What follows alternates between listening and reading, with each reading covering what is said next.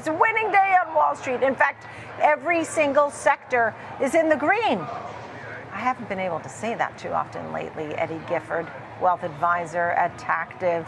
Right, Eddy? I mean, we just haven't been able to say every sector in the green, energy, tech, financials leading the way. When you have energy, tech, and financials, I mean, that is the triple whammy in a good way.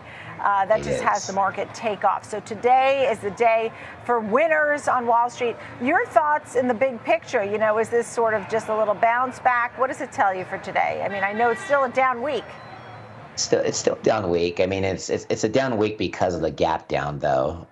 You know, I think if we look at what the open was on Monday compared to the close today, I think we're pretty close. I don't know the exact numbers, but yeah, we've been kind of anticipating and thinking that something like this might happen for a long time. We didn't know what the catalyst would be. The catalyst ended up being uncertainty and regarding tariffs in general. But keep in mind, if we look at the last 24 months, we've been straight up. So we need those 10% corrections to be able to kind of build a new base and then potentially go back to all-time highs. The issues that we're seeing right now from like a risk off, risk on standpoint is recently long bond, the TLT treasuries have been outperforming the S&P 500 primarily just because the S&P 500 has been going down as bonds have been remaining relatively flat. And we're still kind of uncertain when it comes to inflation and whether or not tariffs are going to cause any additional inflation. Yeah. So that causes us to kind of turn to, okay, well, let's look at how investors and institutions are looking at high yield debt versus AAA debt. And right now, high yield is still kind of edging things out. So until we actually see the safe bonds, if you will, start to outperform everything, we think that this is probably a buying opportunity. Now, we have had some metrics that say, hey, maybe it's not a bad idea to take some profits off the table. So I'm not going to judge anybody for taking some profits off the table when they're up probably 50% or more over the last 2 years in their equity portfolio. So we're paying attention. We're still cautiously optimistic. There are a few things under the surface that we're paying attention to, but nothing is broken yet. Right. I mean, what do you think most people would say about credit spreads at this point? Well, I think that a lot of people keep expecting them to widen, and they just haven't. There's still just not a big gap between yields on safe debt versus junk debt, and until those really start to separate, where we're really looking at, wow, we really have to risk a lot more to get that higher yield, or we see the long bond come down a lot, you know, and that could happen due to like a recessionary type situation. Until that happens, you know, it's kind of like, hey, remember, this is what happens when Trump's in office. It gets a little bit more volatile, and that's you know, I've been sharing stories with clients over the last couple of weeks of what I remember in 2019 when we were going through all this type of stuff. So I want to go through some of your picks today. You have Tesla, Strategy, and Palantir. Yep. 3 very popular names. And 3 that people, I think, would love to hear that these are your picks and that you have upside potential of whatever it is, 5, 10, 15, 20%. So start with Tesla. Where do you think this could be headed and why? Well, at this point with Tesla, I always kind of look at things and I say, okay, like, 6 months ago, if I could have bought it for this price, would I be happy? And I think that like anybody who would have bought Tesla 6 months ago or 12 months ago for that matter at the current price, they'd be like, yeah, like I got Tesla at this price. And so they're so excited. But when I look at Tesla, I just think long game. And you know, just from the standpoint of we've had some hiccups because of politics and that type of thing, but they've always been an innovator. They're going to continue to innovate in the EV space. The full self-driving is going to be a landmark change in general for like just people worldwide as that continues to improve through AI and technology and all of those types of things. The potential for a robotaxi fleet down the road. So there's a lot of things where, you know, when I was a kid watching like futuristic movies, what the cars could do. Well, some of these Teslas can do that now, and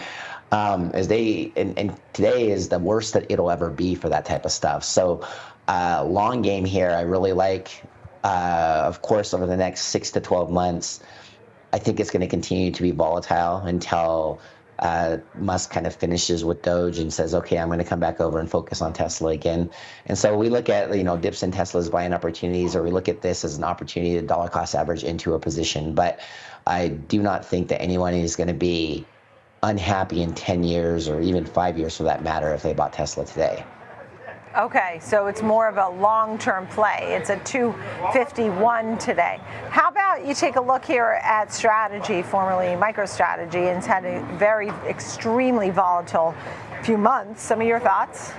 Oh, Strategy. It's basically a Bitcoin levered play, right? So I really, when I look at the Bitcoin space in general, I look at it as a generic, just old school supply and demand play. And the nice thing about Bitcoin is there's only so much Bitcoin. And so because of that is there's more and more and more adoption, whether it's because of utility or whether it's because people believe that it's a good investment. It doesn't really matter the reason. All that matters is that money's coming in. Obviously, we had the announcement of a strategic Bitcoin reserve. I can imagine that'll probably be followed by other countries saying potentially the same type of thing. And so it just seems like there's going to be like this surge in demand at some point that really kind of like pushes things up. And the thing to remember is that this asset class is volatile. I mean, a 10% move in Bitcoin on a daily basis is not unheard of. We just forgot about it because it was only going up for the last, 3 to 4 months. So the fact that like Bitcoin has come down and MSTR has come down a ton as well. We look at that as a buying opportunity, not only for a trade or a balance. If we look like back to last Friday, if you would have bought, MSTR, you wouldn't be sitting in a bad spot if you would have bought it like at close on Monday when it sold off. So, so we like it short term, but we also think that there's some significant long term potential there. Right, understood. By the way, I mean, gold closing here, 3,000 is the level we've been seeing for gold. People are running for some safe havens. But, when they saw the DeepSeek day, they sort of became skittish on names that are AI related or tech related for that matter. Palantir was a favorite and then not. And now, where do you think this could be headed? Would you buy this one? Well, it's interesting because we've seen that. Well, we've seen just this like vicious like pullback in a lot of those names, as you just mentioned, and a lot of it has been just because like they ramped up so fast, and then oh my goodness, like it's so funny how investors go from the market will never go down again to we're going to zero in like one day. It's always like interesting to see the psychology of everything. And so when stuff like that happens, when we have like these big moves, we like to pay attention to stocks that are really kind of getting the brunt of it. And Palantir was kind of one of those where we've just seen it really get beat up. But when you look at it from just kind of a trend strength standpoint and kind of the wind at its back standpoint, and then you look at the fact that, the AI component, the conflict resolution and that type of stuff that they're doing, we really like this as a long-term play, and we were definitely thinking of it as, hey, like this is a great bounce opportunity too, and so far so good there. So it's going to take a minute probably to get back to those all-time highs, and I totally expect for a lot of the stocks that we're going to kind of be in this like sideways channel for the next 3 to 6 months as the new administration works out the kinks. But I don't think that's anything to run from if kind of the bottom of the channel never breaks. So I think it's also interesting how, and this is something people have been talking about for ages, and that is AI and healthcare.